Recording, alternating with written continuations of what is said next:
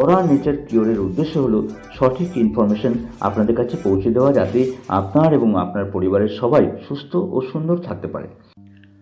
কতটা চুল প্রতিদিন উঠলে সেটা নর্মাল মানা যেতে পারে? আমেরিকান একাডেমি অফ ডার্মাটোলজির মতে 50 থেকে 100, কারো মতে 150 থেকে 200 প্রতিদিন ওঠা নর্মাল। নাম্বার যাই হোক না কেন, প্রত্যেকেই একটা বিষয়ে সহমত যে একটা বয়সের পরে চুল ওঠা স্বাভাবিক। চুল তো পড়বেই পড়বে, কিন্তু একটা ব্যাপার আমাদের ভালোভাবে বুঝতে হবে যে চুল পড়াটা সমস্যা নয়। আসল সমস্যা হলো স্পিড অফ হেয়ার রিগ্রোথ, অর্থাৎ নতুন চুল কত তাড়াতাড়ি আর কত হেলদি তৈরি হচ্ছে। আসল সমস্যাই হলো মানুষের চুল পড়ার পর নতুন চুল আর গজায় না, আর আসলেও কোয়ালিটি ভালো হয় না।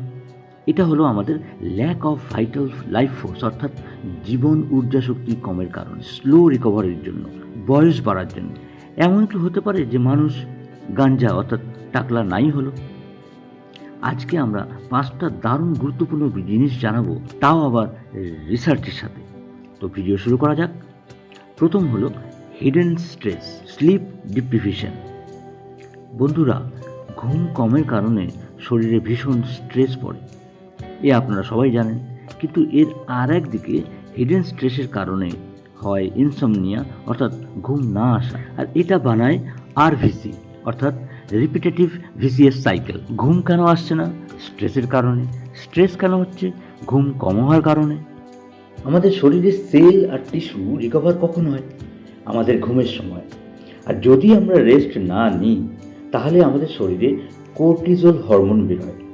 এটাকে স্ট্রেস হরমোনও বলা হয়। কোর্টিজল হরমোন কিভাবে বের হয় তা আপনারা বুঝতে পারলেন। এবার এর সাথে চুলের কি সম্পর্ক তা বুঝে নিন। কোর্টিজল হেয়ার ফলিকল মেকানিজমকে খারাপ করে দেয় আর হেয়ার গ্রোথের লোকসান পৌঁছায়। এটাই অ্যালোপেশিয়া অর্থাৎ টাক হওয়ার কারণ। টেলোজেন এফ্লুভিয়াম আপনার হেয়ার ফলিকলকে রেস্টিং ফেজে পৌঁছে দেয়, অর্থাৎ অবশ করে দেয়। তো আপনাকে লক্ষ্য রাখতে হবে আপনার শরীরে স্ট্রেস, সে শারীরিক অথবা মানসিক যেটাই হোক, তাকে অবহেলা করবেন না। এবার স্ট্রেসের 5টা লক্ষণ বলে দিই। প্রথম হলো সব সময় বিরক্তি বোধ করা। দ্বিতীয়, মাসেল লস অর্থাৎ শক্তি ক্ষয় আর মোটা হয়ে যাওয়া। তৃতীয়, চোখের নিচে কালো হয়ে যাওয়া। চতুর্থ হলো চুল পড়া, যেটা একটা স্ট্রেসেরই লক্ষণ। আর পঞ্চম হলো ইনসমনিয়া অর্থাৎ অনিদ্রা। এর সব থেকে ভালো সলিউশন হলো প্রথমেই অ্যালার্ম ঘড়িকে উঠিয়ে দূর করে ফেলে দিন।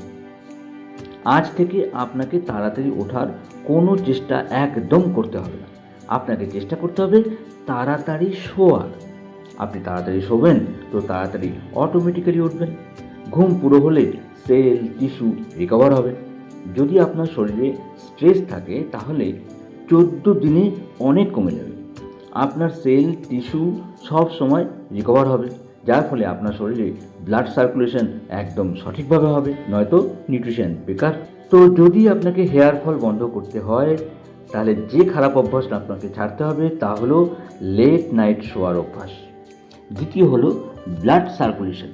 আপনার ব্লাড ভেসেলে যদি ইম্পিউরিটিস থাকে, যেমন সুগার ক্রিস্টাল অর্থাৎ diabetes, uric acid crystal, cholesterol অথবা এন্ডোথেলিয়াম পরিষ্কার না থাকে, কিংবা অন্য যে কোনো রকম বর্জ্য পদার্থ থাকে, তাহলে ব্লাড আপনার হেয়ার ফলিকল পর্যন্ত নিউট্রিশন পৌঁছাতেই পারবে না।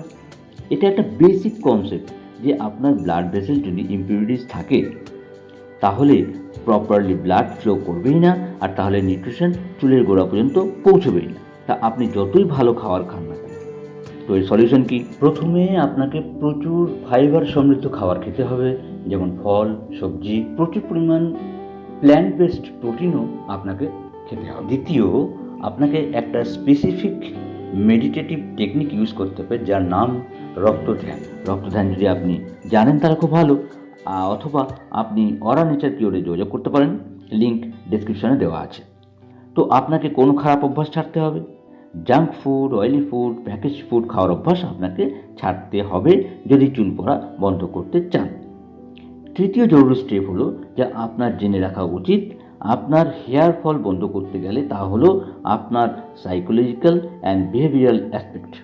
যদি কারোর স্ট্রেস থাকে তাহলে আমরা প্রথমেই বলেছি তা যেন অবহেলা না করে। কারোর অ্যাংজাইটি, কারোর ইনসমনিয়া, আবার কেউ হয়তো খুব বেশি রেগে যায়। এই সমস্ত জিনিস আপনার স্ট্রেসকে অনেক বাড়িয়ে দেয়, কারণ পুরো খেলাটাই স্ট্রেস আর রিকভারি। তো এর একটা দারুণ সলিউশন হলো এক্সারসাইজ। আপনি যত এক্সারসাইজ করবেন আপনার তত ভালো ডিপ ঘুম হবে, আর তত ভালো রিকভারি আর ব্লাড সার্কুলেশন হবে। দ্বিতীয়ত, রাগকে মারার ওষুধ হলো এক্সারসাইজ। তৃতীয়ত, আপনাকে দান করতে হবে। দান করলে আপনার শরীরে অক্সিটোসিন, ডোপামিন, এন্ডোরফিনস, সেরাটোনিন বের হয়। এই সব হ্যাপি হরমোন ডাইরেক্ট আপনার শরীরের স্ট্রেসকে কম করে দেয়। ডোনেশন, চ্যারিটি, থ্যাঙ্কফুলনেস, গ্রেটফুলনেস থেকে এই সমস্ত হরমোন রিলিজ হয়। আর এই হরমোন বের করার সব থেকে ভালো উপায় হলো মেডিটেশন। আপনাকে মেডিটেশন অবশ্যই করতে হবে। আর খারাপ অভ্যাস কোনটা ছাড়তে হবে? সেটা হলো রাগ। কারণ আবার বলি, পুরো খেলাটাই হলো স্ট্রেসের। চতুর্থ পয়েন্ট, যদি আপনার হেয়ার ফল ইস্যু থাকে তাহলে এ সম্বন্ধে আপনি অবশ্যই জানেন, তবুও আমাদের বলে দেওয়া কর্তব্য, আর সেটা হলো নিউট্রিশন। চুলের স্বাস্থ্যের জন্য কিছু মাইক্রো এবং ম্যাক্রো নিউট্রিয়েন্টস আছে যা খুব দরকারি।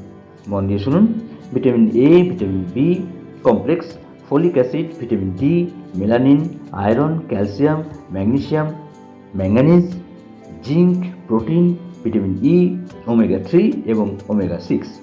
এগুলো আপনি মনে রাখতেও পারেন অথবা লিখে রাখতেও পারেন। এখন এগুলো আপনি সব কোথায় পাবেন? তার জন্য আপনাকে প্রচুর ফাইবার সমৃদ্ধ খাবার খেতে হবে, যেমন ফল, সবজি। প্রচুর পরিমাণ প্ল্যান্ট বেসড প্রোটিনও আপনাকে খেতে হবে। চুলের জন্য এই নিউট্রিয়েন্ট প্রয়োজন, এর একটারও কম আপনার শরীরে যেন না হয়। এখানে আপনাকে কোন খারাপ অভ্যাস ত্যাগ করতে হবে? সেটা হলো জেনে বুঝেও এই সমস্ত নিউট্রিয়েন্ট না খাওয়ার অভ্যাস, ফল সবজি না খাওয়ার অভ্যাস আপনাকে ছাড়তে হবে। 5 নম্বর এবং শেষ পয়েন্ট হলো কেমিক্যাল আর শ্যাম্পু। বন্ধুরা, হেয়ার কেয়ার প্রোডাক্টে অদ্ভুত আর মারাত্মক কেমিক্যাল থাকে, যেমন ফর্মালডিহাইড, ফ্যাটালেটস, প্যারাবেন, কালার্স, ডাইমেথিকোন, সারফ্যাক্টেন্স, যেমন এসএলএস, এসএলইএস, এসডিএস। এগুলো সবাই জানে যে চুলের জন্য কতটা খারাপ এইসব কেমিক্যাল। এবার এইসব কেমিক্যালের অল্টারনেটিভ সলিউশন বলছি।